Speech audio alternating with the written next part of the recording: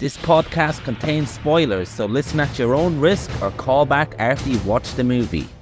You know who you call. Leave a message. Maybe they'll call you back.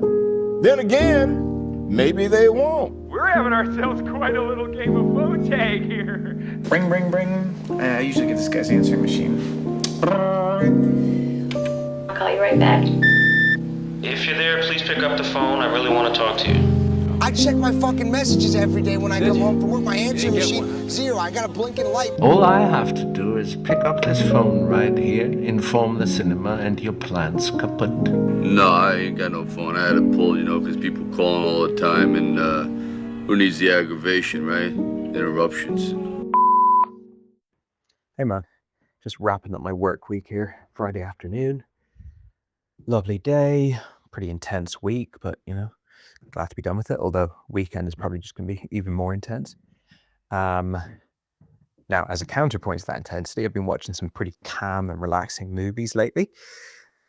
One of which I watched last night, the Novelist's film by a Korean director called Sang-soo. So, just a little context here. I watched a film a few years ago, and this was before I had kids, but it was also COVID, it was lockdown. So like the absolute peak of my entire life of movie watching. I think I must have watched like 200 films that were released in 2020, never mind like non-2020 films that I watched that year. So I was really rinsing years dry of all their movies across that sort of 2020, 2021 stretch, early COVID days. And that led me down to some like pretty obscure movies. It's certainly beyond my normal kind of radius. And I ended up watching this film called The Woman Who Ran by this same director, the same Korean director, Sang-soo. So I adored that film. I thought it was absolutely incredible. I think it was, when I sort of did my rundown at the end of the year of my favorite films of the year, I think it was in the top 2 or so. Really, really, really blew me away. And I'd never come across this director. Obviously, I then went and researched the director and listened to podcasts about him and all that kind of stuff. And I learned that he's like a really respected auteur and has made loads of great movies, or certainly loads of acclaimed movies.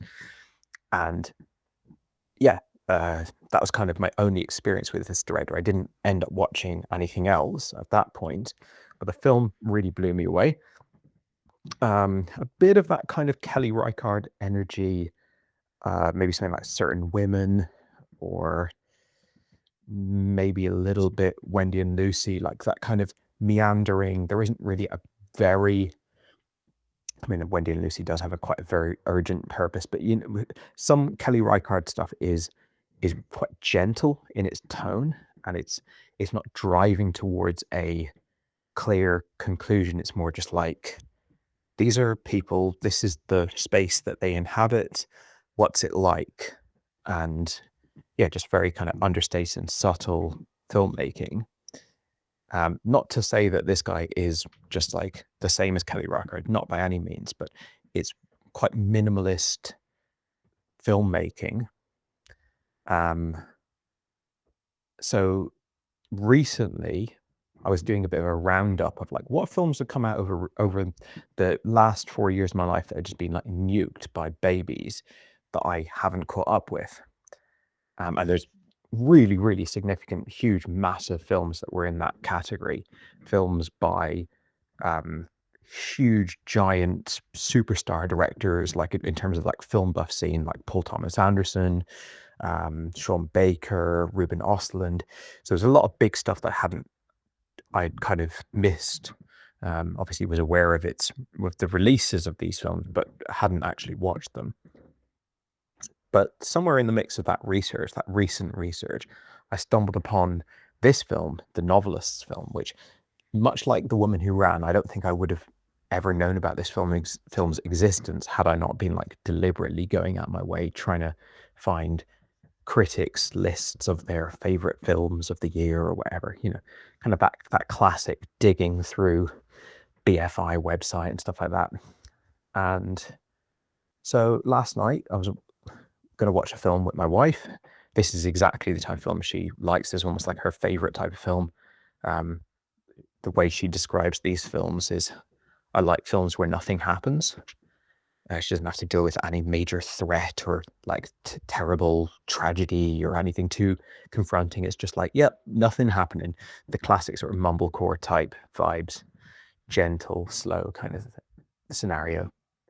So it was a good fit for us to watch together. And I, having had a great experience with this director in the past, decided, yeah, let's watch this. So threw it on. It's black and white, which the other one I watched isn't. Other than that, there's immediately obvious similarities. The Woman Who Ran, and I don't think it's possible to spoil any of his films, but even if it is possible, I'm not going to spoil The Woman Who Ran in any way. But The Woman Who Ran is about a woman kind of going from place to place, meeting up with like acquaintances and friends from her past that she hasn't seen in ages. And that's what this film is about as well. Now, they are narratively different from one another, but immediately from the opening scene, I was like, okay, this could just literally be like picking up. You could almost put the two films together and it just be one film, and the two halves of it in some ways. They also share several cast members. This main, well, she's not the main actress in the Novelist film, but she's the main actress in The Woman Who Ran, and she's a major supporting actress in the Novelist film. What's her name? I'll read it now. Kim Min-hee, who we know from The Handmaiden. I think we might have seen her in some other Korean things as well. But she's in both films. Of the lady who runs the bookshop, the secondhand bookshop / coffee shop, is in both films. And so is the director Park, which I wondered, was that a reference to Park Chan-wook, or there's a lot of people called Park in Korea. But yeah, there's I think he kind of reuses a lot his style, which is, a very common thing for directors to reuse, but he definitely, like Wes Anderson, I think from what I hear, he uses this same sort of aesthetic, the interesting zooms and the long shots and stuff like that. He uses the same actors, he uses the same plots and themes and stuff like that. So probably one of these directors where, and again, I'm not speaking from much experience here, I've only seen these two films, but probably one of these directors where if you kind of click into the groove of what he does, you can enjoy watching several or all of his films. And yeah, I thought I'd send it your way because there's films like this, and I do think The Woman Who Ran is the superior film. So if you watch this and you like it, I'd watch that one. But I like them both. So there's films like this that you've enjoyed quite a lot. Mumblecore movies and kind of understated, smaller films. And also I think there's just, across both films, he just does some really interesting things. So for starters, there's the fact that most scenes in this film are incredibly long dialogue scenes without much happening. Stuff does happen, but it plays out in very long dialogue scenes without cutting, with just like continuous shots. Sometimes he'll zoom in on a particular like part of the shot that he wants to emphasize, which is incredibly unique. I don't think I've ever seen a director who treats zooming in the way that he does. And what that leads to, I'm going to happen to mention Ruben Östlund there earlier, but we see this in his films a lot as well. We see this in a lot of Romanian cinema, where you're getting such a fully comprehensive, like 15 minutes or whatever of like an interaction. It could be more, it could be longer, that you really get to study every single facial expression. Like the lady who runs the bookshop, her face, her level of comfort that you're observing in that scene where they're all drinking. And I was very intrigued by that drink. I think I'm going to try and get my hands on some of it to see what it's like. Kind of like a more milky sake or something. But yeah, well, just her comfort level watching that just twist and turn and get like worsen, I suppose, gradually over time through a brilliant performance and this really simple yet really novel and effective shot, like cinematography, I guess, for that's really the only word you can use, even though it's literally just put set a camera up and then do nothing for 15 minutes and occasionally zoom in and out. It's so effective, and it's if the goal of the film is just to show how people feel about each other and how they interact, he does an amazing job with it. The actors do an amazing job as well. Like there's that scene where the woman, for starters, as soon as she meets the director's wife, you get a sort of sense of how she feels about that encounter. The director is introduced. It's very clear how she feels about that. They go for a walk together. Like it doesn't take much spelling things out for you to really know how people think about each other, how much they like each other, what kind of baggage they have when they think about one another. Like it's so incredibly well done from an acting perspective, but also from a directing perspective. Like it's such an understated method he has, but it wrings out so much drama without being forceful about it. The director's body language when he has been talking to this novelist for an hour or whatever, and that's been his main sell. That's been his main thing that he can be working on to try and get what he wants out of it. And then he comes into the space of this young, successful actress who maybe offers more greater opportunity for him to like make a play or get something interesting out of it. And he starts sort of like rotating his body and like cutting her out of it. And then she's sort of quietly simmering away in the background until she can't hold her tongue and has this outburst about how is she wasting her life and stuff. And it's just, I don't know, scenes play out so well. And they always kind of, again, I'm thinking of both films here, but obviously one is very fresh in my mind. I love the unknown weight of a particular thing. Like someone asks someone, do you want to have a coffee? Or should we go for a walk? Or do you want to go up on the roof? It's like a very small little movements and pivots of direction that the film take that are kind of both completely inconsequential and like, why am I even watching this in a film? But also like the building blocks of building towards getting more revelations about the characters and their place in the world and what they think, but not in a way over the top Ruben Östlund way where it's leading towards fireworks and this huge surreality. It's always very grounded and it's always very realistic, even when it reaches its kind of most its most eventful moments. But because it's been pieced together with little details and naturalistic acting, you're just very drawn in. And one thing I'd say about this film that I found to be kind of underwhelming is it doesn't really have an ending as such. I guess the ending of the film is that she doesn't actually stick around for the end of the film to meet the actress coming out. She's up on the roof having her smoke or whatever.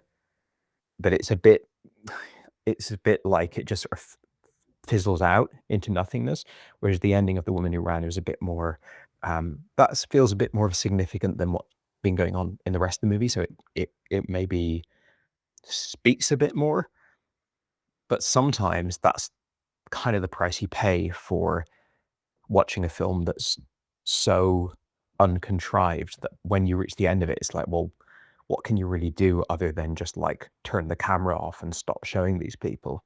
But yeah, I really liked it. Black and white is always a treat, even though it's kind of simple to just like make a film black and white and then suddenly it looks better. It just kind of does. I mean, probably wouldn't feel that way if every film was coming out in black and white, but because we only get to see a tiny, tiny minority of modern contemporary films in black and white, it's nice to see it. And it's quite a short film, so it's just sort of like a nice taste of this person's life. She's a more challenging character than in the other film I'd seen. So as a sort of point of view character, not a point of view character, but as your kind of main tour guide of this world and this environment, she's maybe a bit tougher to handle, but she's also entertaining, and it's interesting seeing that kind of meeting point between Korean politeness and bowing and agreeing to have coffee with these people that you don't like and stuff like that, combined with what a more sort of free thinking, assertive character. And yeah, I loved all the stuff about like her meeting up with people who she shared her youth with, where everyone was full of potential and like really trying to take a big swing at creativity and writing and stuff. And then, you know, we see with the poet and the bookshop owner and herself and the actress, who's much younger, but nevertheless is still someone who they're all people who've kind of, they're drifting in different directions away from what was a different approach they had to their art at some point. The director says that's the case with him. His wife does as well, but that's a bit more open to your own interpretation, I think, whether or not that's the case. But yeah, nice, gentle little movie. There isn't an enormous amount to say about it because it's not like a huge, big, high impact thing. But sometimes I think you just need these films that are just a little palate cleanser, just a little light, pleasant, stimulating, but not overly impactful viewing. And this fits the bill. I will say that I preferred the other film by this director, but watching this one now, that is again made me curious. So perhaps I'll dig a little deeper. I think the next film by this director has a French actress, maybe Isabelle Huppert, and then the one prior to this, which would be sandwiched between the two that I've seen, is maybe set in Berlin, which kind of intrigued me. So yeah, interesting stuff. And I think this guy's worth checking out because although he's like operating in a very, very small budget and is very kind of like, you know, I guess it's an understated thing, he is very unmistakably himself. Like if I had watched this film not knowing who directed it, I would have probably go, is this like the guy who made The Woman Who Ran? Because it's like his stylistic thing that he does I've never seen before. It's very, very unique. I'm talking about the approach to cinematography, and the vibe itself is already fairly unique, but then when you combine in the cinematography, it's really just like one person delivering this movie. So yeah, good flick. I'm curious to see what you think of it. Hey man, I don't know what type of weekends you be having if you sign off a work week by saying, oh, well, hectic work week, but my weekend is going to be a lot more hectic compared to mine of infinite chilling, is what I call Saturday to Sunday. It's funny, you've developed a little bit of a reputation over here, these parts, recently, that's filed under my desk under, what's this guy sending me now? So yeah, this movie, what's it called? The Novelist film. So I had seen the other one, The Woman Who Ran, before, and I think I'm not sure if you recommended it to me or I just saw your list on Letterboxd and it was in the top 3 of your movies in 2020, and that might have been around the time of the great not talking to each other year. So I might have just seen that list, took it in isolation, and thought to myself, okay, he thinks this might have even been at number one, actually. So I'm thinking, okay, this is his number one film of the year. Let's go, baby. And I had watched your number two leading up to it at that time, and absolutely loved it. I can't remember what number two is. It's with that actor from Rectify who I really like, and it was brilliant. So I was really on board for your number one, and I can't actually remember how I felt about it. I know I didn't hate it. I know when it was from the same director as this movie that you've now sent my way, I thought, okay, let's see. I don't really have strong feelings, but I feel like no matter what I thought about it, it would have definitely been pitted against you saw the movie with no expectation, and I saw the movie with an expectation that it was your best movie of that year when you had seen a hell of a lot of movies that year. And I'm sure I would have found something underwhelming about it, but I can't say.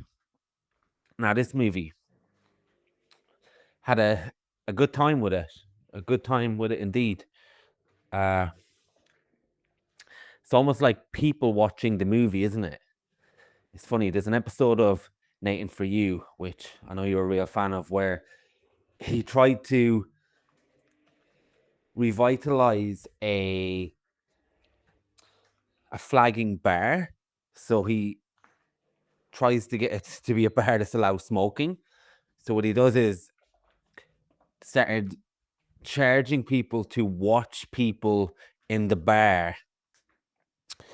And then because this is a play, you're able to have an exemption where people are able to smoke on stage. And there was audience members sitting down watching it, and the general public absolutely hated it and were bored off their mind. And he invited some theatre and critic people, and they absolutely loved it. And there was glowing reviews and glowing praise. And well, who's right? Who's right? In this situation, I'm firmly with the theatre and the artsy crowd that watched that bar unfold in Nathan For You, which of course then had the wrinkle of having to recreate everything that happened in the bar scene by scene organically, do a reconstruction of it, and generate the same feeling and generate the same level of things that could be observed naturally. And I think this director does a hell of a job of creating something like that. And there's a word that's thrown around often, and I think you mentioned it in another thing we were reviewing.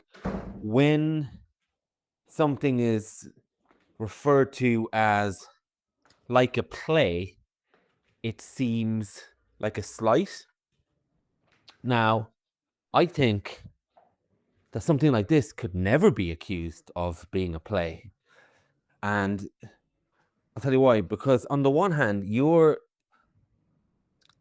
viewing people very staged, very still, and very static from across the imaginary line where the audience would be. That's what this movie seems like in the beginning, especially in the scene where they're outside the secondhand bookshop, the older lady and the lady with the glasses, and they're conversing. But you start to realize this is very much set up in a way in a lot of these scenes, like you are sitting at two tables over, that you're standing a few feet away from these characters, overhearing little bits of the conversations and wondering. I love people watching, and I love trying to figure out, even jokingly or just to kill time, what is these people's relationships, what's the uncomfortableness I'm sensing at this table, and what is the blocking of this friend group even. And this movie is all about body language. There's so much movement within the stillness of this frame because of the body language. I have a fledgling side business that's not doing very well, but I was tasked with going to networking events, and I was looking up body language, and this body language expert was telling me, not telling me, but it was YouTube, telling the audience how you can figure out if a group is open or not. And it said that there will be space between the various groups if they're open to receiving another member interrupting or interjecting. And if not, there'll be a tight level of lack of space between them if they weren't receiving. And I think this movie is filled with spacing like that, filled with people turning away. And there's only, I think maximum, there's only 4 people in one scene together. For the most part, it's 3 and 2. And just watching that it's like a puzzle box of human emotion and micro expressions and micro feelings. And I think there's no better culture than the Korean culture to heighten that as well, because they wouldn't be expressive in a rude way that some nations would be, or for instance in Ireland we would exactly say what we mean. So it's trying to unlock the various things within the scenes I found endlessly engaging. And we get this scene where the woman, she's looking up from a tower. I can't remember what she's looking at, but she's visits for the day, the old lady. And then she runs into the director, and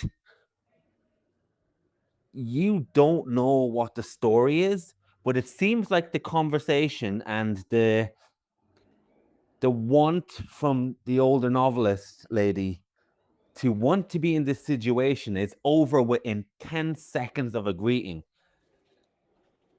But you sense that the director wants something from the novelist.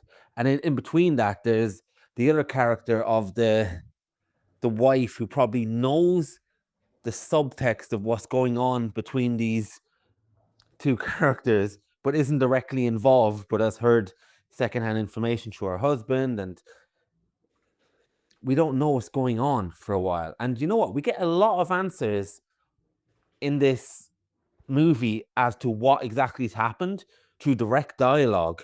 But at the same time, it's counteracted through a tightrope and a balancing act of just things that the body gives away that you don't even fully trust if the information that's being said literally is the correct information, or is the whole story. That's a hell of a thing to pull off. And I'll tell you something else. That's an amazing thing to pull off. It takes a certain type of talent and certain type of actors to have a movie about artistic introspection, because I think you made the point that it's about artists who had a lot of fire when they were younger, and seeing them at a later stage. And I suppose there is a lot to that as well. And it's hard to know what take is in this movie. So this is one of these movies where every take is as valid as any other take. So I've seen a lot of movies about artistic block, but I think this is a very interesting movie about artistic introspection. The novelist is talking about, is her work authentic anymore? She's still able to write, but she feels it's diluted by the level of enthusiasm. The director wonders, I think, if it's worth it, if he's not making money, I guess is some subtext to that. And we hear some introspection from the poet as well. And there's literally a movie made within a movie in this. And there's a lot of on the nose dialogue about making movies and actors and directors. It's a hell of a good job to do all that and not make it feel meta. It's almost poetic. And you don't really think for 1 minute that what they're discussing is anything other than what the characters would naturally be discussing. But at the same time, you're watching a movie. So there's certain things going to be called to your attention. So I liked all that. And again, as I mentioned, on the one hand, we're people watching from another table, but sometimes the director gives us these nice little flourishes that put us almost in a totally different perspective. For instance, there's a scene where they're up on that tower and we see them talking from the distance and we see them looking. And I've often wondered in situations what people are looking at or what's so interesting. And then we actually get not so much a POV really, but we get a very interesting shot where it's overlooking the park and it slowly zooms down, down, down, down, and we're hearing their voices. So now we're not people watching, we are hearing while seeing exactly what they're looking at. And that's a really powerful moment. And sometimes in this movie, the characters that we're people watching are also people watching. Like the scene where they're at that park and they're in the woods and they're by those trees, not so much the woods, but we see them discussing people over there eating some Korean food by a park bench. So it's almost a frame within a frame of connection between the audiences, the characters, and then they're doing what we're doing. So it really connects you with the mood and the senses of these characters on every occasion. And there's another big element to this movie as well that works so well. And that is that all the scenes involving the novelist are in a way random encounters or chance encounters. Now, she obviously makes a decision to see the woman that owns the secondhand bookshop. Just by the shock of seeing her, there's a bit more to that story as well. But the point is, she wasn't expecting her. So the face she might put on is staggered a little bit, or the masks that people put on is staggered a little bit because she's already on the off foot because she didn't expect. And then when she goes to the tower, that's another chance encounter with the director. And obviously they've got a backstory and there's something unresolved that they needed to hash out. But it's not like you're going to meet somebody to hash out. It's not like you're going to have a conversation about what went wrong. You're really thinking about what you're saying before you're going into the encounter, the social encounter. No, this has been sprung upon you. And it's really interesting to observe people under that low-key type of pressure. And then there's the other thing of who you naturally connect with and who you don't. There's scenes where the director's wife calls the novelist charismatic, and she kind of rebuffs it. But then later on, the actress says the same thing, and she is very happy to receive the compliment. And I just love these little details. And when she runs into the director, they are not talking about anything artistically in a way of enthusiasm.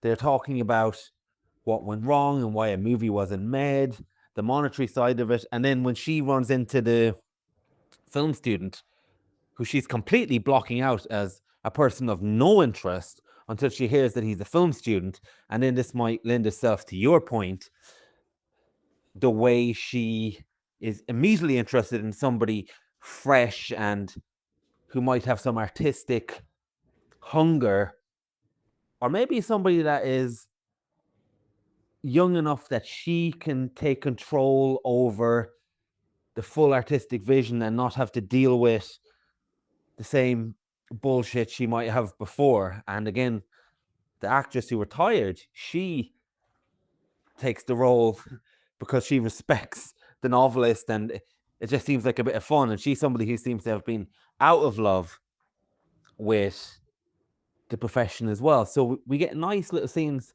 like that as well. And then they continue. And again, the actress is another chance encounter.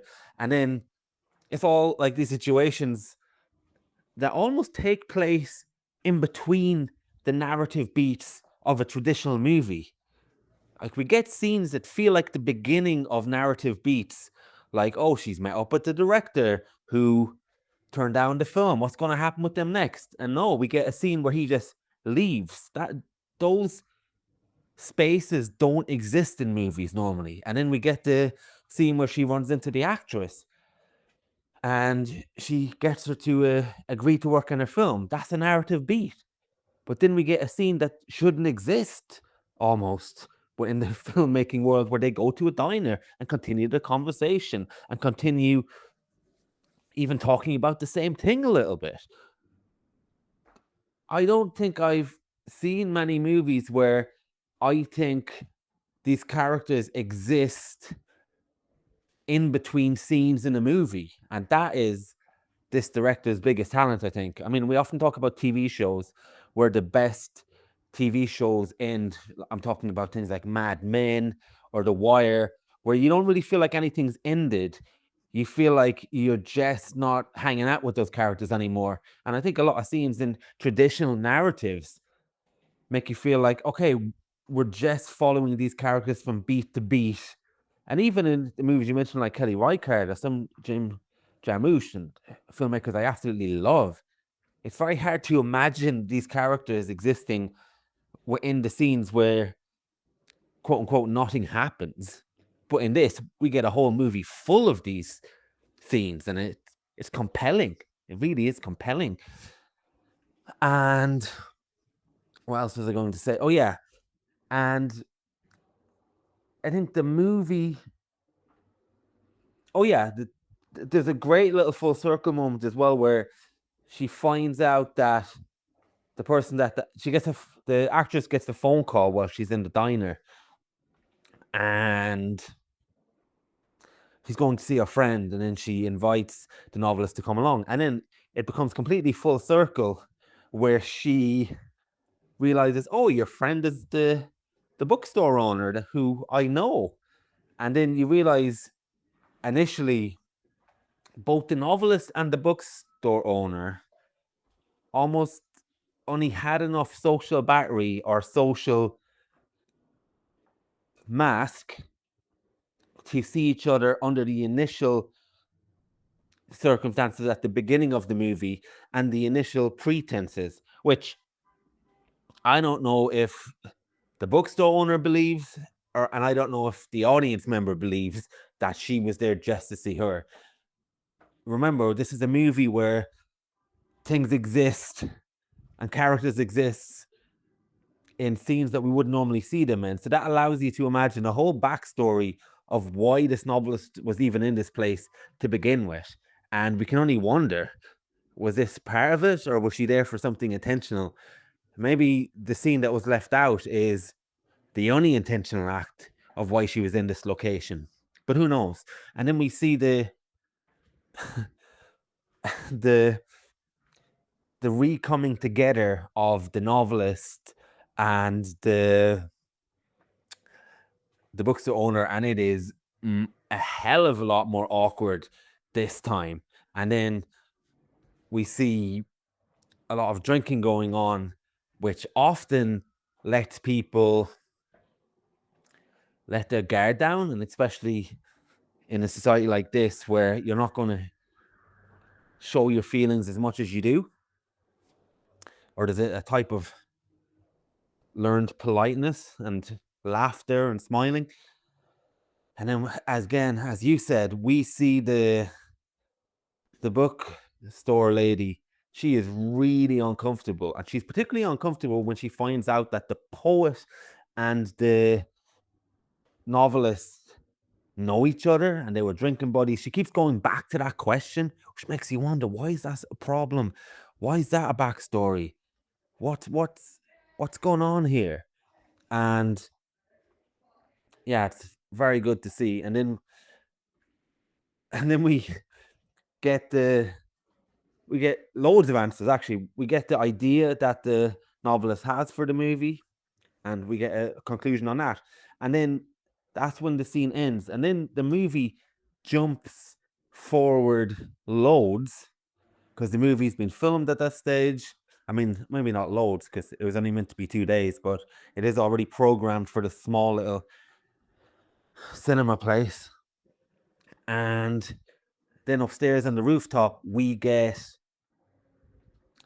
a scene where the novelist lady goes off to smoke. And I totally agree with you that those zooms just work so well to give you something that I can't quite articulate, but I really appreciate them. And she goes off to have a cigarette, and then we get questions I wanted answered. I was thinking, is the film any good? What's happened? Was it a success? Because you don't really know. And then the guy who made the film is asked the questions, and again, this is where you don't fully know if he's saying his opinion or not. She asked him, is it any good? He says it's unusual. He says it's the type of movie that you might like. These aren't the opinions of the character in the way that their body language and their stances and their movement and just how they squint their face give away things that you'll never fully have the answer to. What it does mean, you need an interpreter here. And we are the interpreters at times. And yeah, we get him saying it's unusual. And then he's asked, was it difficult to work on the film? And then he turns that around, that she was very meticulous, she's very passionate. He had to watch the movie 300 times, but he's saying it in a positive way, but you're not quite sure what went on during the filming. It's great. It's like a Rubik's Cube of trying to figure out what's going on at times in real time. Well, it's like you're trying to using a Rubik's Cube to solve something in the seconds you have to study the character's face in these long scenes. You have exactly until a scene changes, and as you mentioned, they're quite long scenes. So yeah, all that is really good. And then you mentioned that the movie doesn't end. I think the movie has a really powerful ending, actually, because the movie doesn't end when she's on the roof. The movie ends when we see a clip from the movie that the novelist made. And there's a discussion on the table when they're drinking, when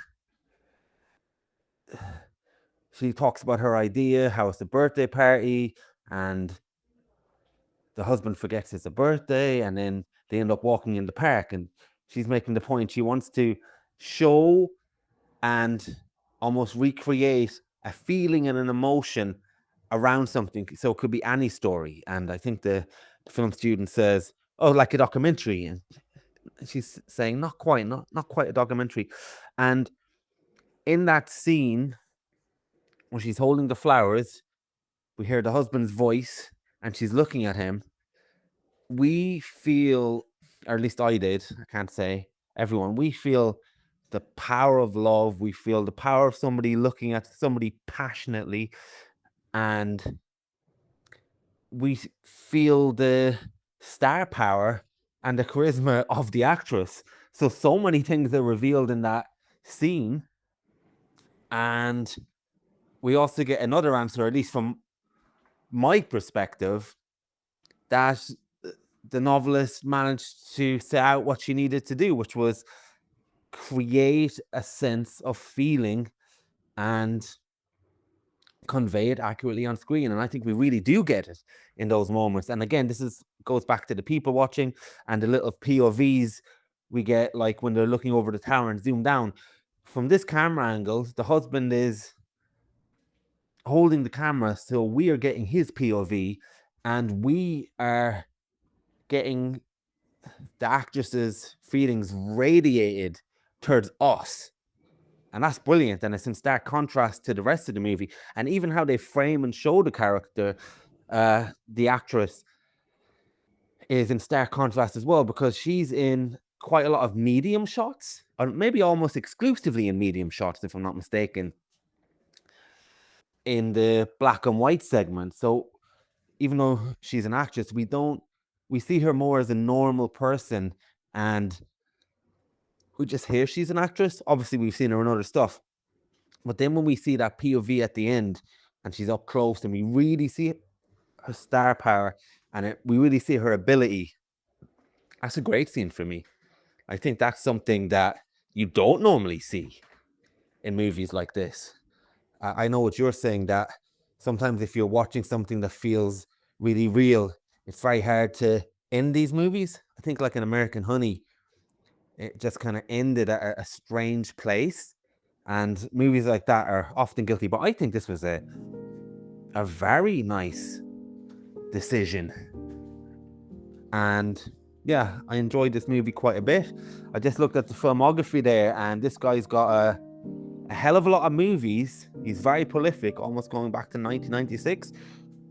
I wouldn't want to get into his work anytime soon because we've got Spooktober coming up, and I'll be sent movies by you, no doubt. So maybe we should pick that up after Spooktober and go down a little bit of a journey with this guy, or at least do what we did with the Wim Wenders-a-thon, where we just pick something, feel like that, we keep on going, and we have a miss, maybe depending how we feel about the strength of continuing, that we either do or don't, and just do it organically. So yeah, thanks for sending this my way and putting it on my desk. Hey man, how you doing? It's a few days since you sent that voice message, and yeah, quite a few days since I've seen the movie. But just listening to it now, yeah, I'm really glad that you connected with this film as much as I did. I thought you would. I know you've liked a lot of stuff like this in the past, so I felt like it was probably in your wheelhouse. But I also feel it's a film that both you and I could watch at the wrong time and end up not having the best time with it.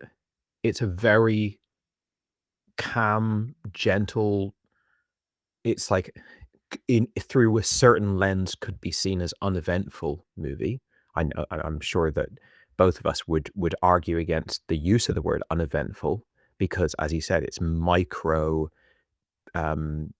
reactions, and like someone folding their arms or looking off into into the distance or something, eyes glazing over or wincing a little. These are like massive seismic events through the lens that we watched this film in. But I think there's definitely I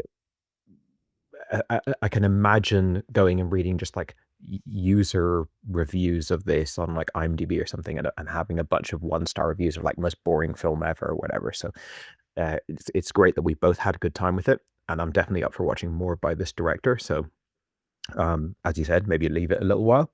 It doesn't need to be like watching them all in a row, but he's definitely got a really unique thing going on. You mentioned so many like great observations about the film. One thing that stood out was like that bit where you're talking about how there's one time where they're up in that tower and they're looking down at the park, and we see what they're looking at, and the camera zooms in, and how much the film is about people watching, both us watching people and then them watching people. And I love that his use of zooms across both films, because first time I saw it in The Woman Who Ran, like the first time he starts zooming in, I'm like, what the fuck? This is such a stylistically weird thing to do, to have it is so rare to announce the presence of the camera as a mechanical object so um overtly in what has been like a really naturalistic kind of film, like almost as meta in a way. But once he's done that, once he's established, like, I'm gonna zoom in when I feel like it. Midway through a shot, you've been watching the shot for 3 minutes, I'm gonna suddenly zoom in on this.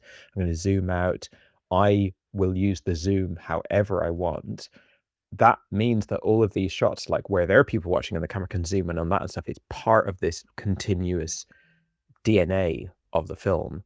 And the long drawn out, like I say, this remind me of Romanian cinema, that when you get like a really long drawn out dialogue scene, that's what you're there for. That's what you bought your ticket for, because it's like he's established this, not to us, but to his fans over decades, as like, this is what I do. Then he can really take advantage of a lot of these things without maybe alienating people. It's fortunate that it is kind of agreeable to us on first blush. Like, we kind of found his work and then we're just like, yep, I really like it. But I think there is something that empowering that he has about having made this language of his own that just perfectly suits what he's up to. You can say that about Wes Anderson, whether you love him or hate him. Like, he's gone, if you're going to see one of my movies, you're going to get all of the things that I do. If you don't like that, just, don't watch my movie, kind of thing. So it's always interesting, at the very least interesting, but in this case gratifying, when you find someone who is doing their own thing and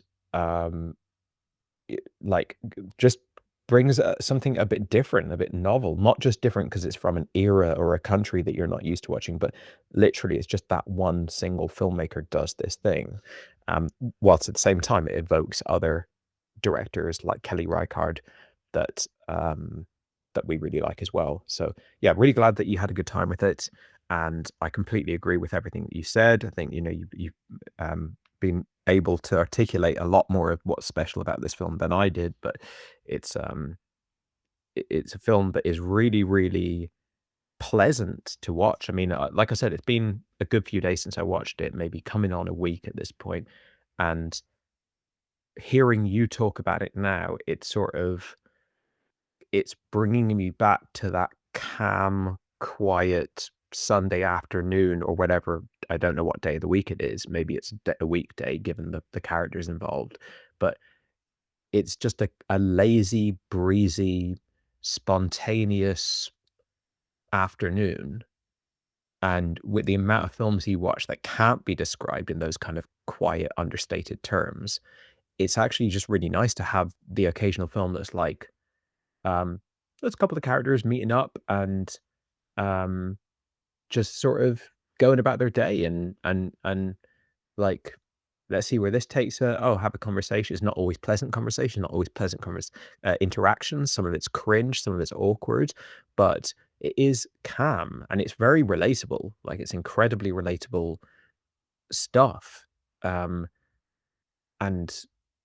yeah, I love how the film takes advantage of your own intuition as a viewer, where you watch someone show up, like the director's wife, and like within seconds, you've got like a vibe check personally on how you feel or how you think she feels, because she's kind of like surrogate to she's the one who's your point of view character in a way, and like it doesn't give you the actual exposition dump quickly. It lets you kind of understand the dynamics about people from body language and from acting, and that's why I think the acting in this film is spectacular across the board, because people have to get across quite a lot, not in terms of actual details of what happened and what someone did or whatever, but more in terms of like the way that they feel about each other and the way that they respectively feel just in a general sense about the world, about like their general disposition. They have to get all of that across whilst talking about fairly banal stuff, or often just not talking directly about the things that they're expressing with their facial expressions, their tone of voice and body language and stuff like that. And that's really challenging material for actors, I think. And the fact that it comes across to us who don't speak Korean and who are spending a lot of the time looking at the bottom of the screen reading subtitles is a testament to just how well done this film is. And like I said, I thought The Woman Who Ran was actually even better, but they're very similar. They're kind of like, if you like one, you'll probably like the other. You put it very well when you say it's like a puzzle box of human emotion, because that is why it's so engaging, partially at least, is because you're like, okay, where is she now? How does she feel about being there? Why is she interested in this person? And even the main, like, it's not like you're watching like a person who you think is completely brilliant and awesome and perfect and lovely, and everyone else in the film is like flawed and she's also somewhat transactional, as you said, where she like uh, it particularly engages with the young film student guy when she realizes that, oh, he's studying film, he could work on this short film, he could do something for me. This actress, she could do something for me. Can you get your husband involved? Things like that. And like, and it's not in a bad way or anything, but like everyone in the film, including her, is sort of like looking for the thing that's gonna be right for them, that not in a really callous way, but just like people, you and I, 8 billion other people, want to be fulfilled and happy in life. And everyone in this film is sort of like on a personal journey to some extent of that. So just kind of seeing that gently play out, it wouldn't play out in huge exaggerated terms on just some random afternoon, but it's effectively done. And yeah, I think like another good point you made is that like the way how people operate within different social contexts. When we see the main woman and then her old friend who we meet at the beginning of the film, the first attempt at an interaction, if I remember correctly, she goes into the shop to see her old friend, and then she hears that old friend chastising the younger employee.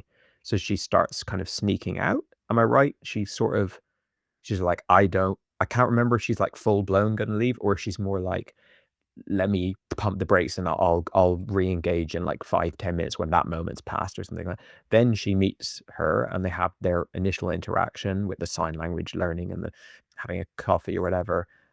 First outside, they're outside together, just the two of them. Then they're with this other girl, and like those are all just really different touch points. And then later on, she's like, I'm done with that. I've finished that. You and I talk about this kind of thing a lot, where it's like, I'm happy to do this activity or be with this person or whatever, but at that on my own, when I've selected that moment and when it's kind of fits in correctly emotionally for me. And then later on, it's like she's on this actress girl, and then no, she's back there, and it's not. And the just dynamics are so interesting with you add the poet into the equation. And I really thought that the lady who runs the bookshop is like the MVP of the movie in terms of her acting, because most of her bigger moments are almost dialogue free, or not literally dialogue free, but like her dialogue is so understated, and her, yeah, like she delivers a lot, but everyone does. So yeah, really good movie. Curious to see more from this director, and just yeah, really glad you had a good time with it. Hey man, yeah, not much really to add to what you said there or to what I've said, but yeah, just to confirm, you've made a great observation which I forgot about.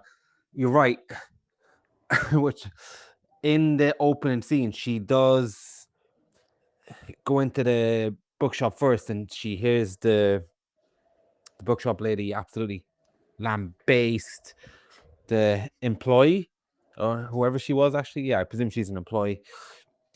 And then she does back out and wait outside, and then they have their interaction. Yeah, you're right. Forgot about that. I was still settling into the movie at that point, but it adds another wrinkle, doesn't it? How you interact when you think you're being observed as opposed to when you're not being observed. I think there's a lot of that in this movie as well. And it's almost like the most low case, the lowest stakes detective movie you can have. And I'm not even talking about who stole the stapler in the office. I'm talking about even lower than that. And it's as enriching, if not more, because it's more relatable to us than trying to solve a serial killer case in a Netflix documentary. This is more something that we've experienced and that we can see. And so I was like, why is that person interacting that way? Why is that person turned away in that instance? And I think that's how our brain works in everyday life, really. And yeah, I like that element as well. And the other thing I was going to say, you mentioned the zoom.